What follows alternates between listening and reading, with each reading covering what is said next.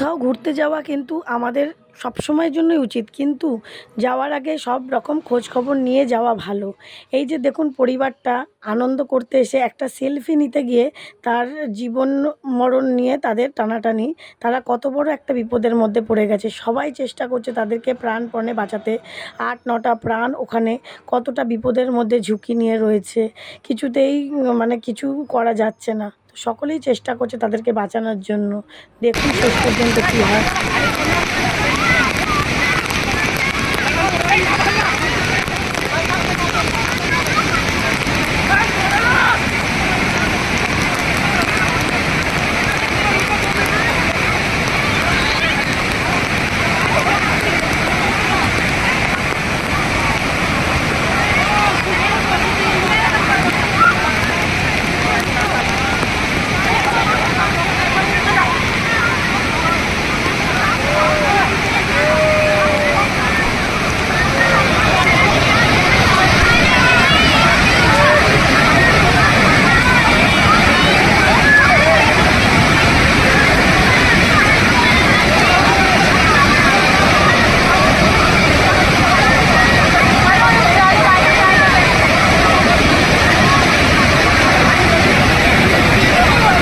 তো দেখতেই পাচ্ছ বন্ধুরা, কতটা বিপদে অসহায় বোধ করছে, তারা বিপদে পড়ে গেছে।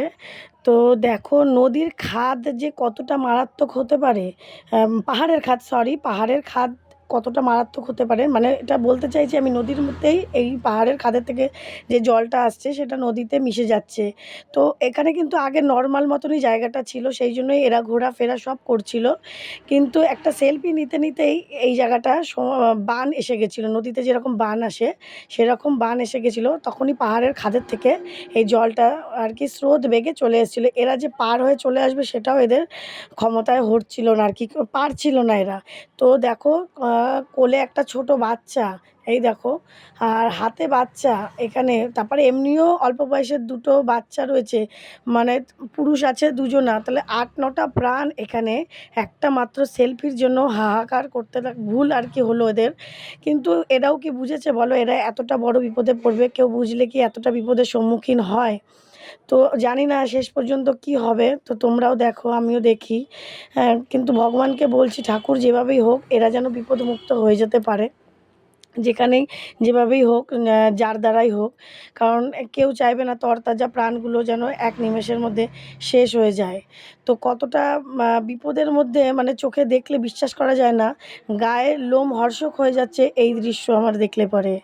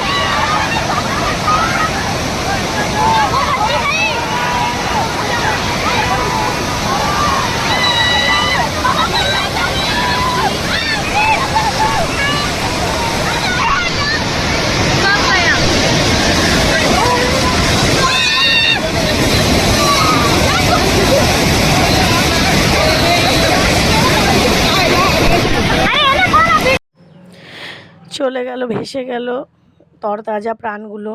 ৮-৯টা প্রাণ পুরো জলের তলায় আর কি তলিয়ে গিয়ে ভেসে গেল। তো সত্যি ভাবছি নিজেকে ওই জায়গায় বসিয়ে, যদি আমরা ওই জায়গাটা থাকতাম, আমার বাচ্চাটা আমার সাথে থাকতো, আমার পরিবারের লোক, তো কী হতো।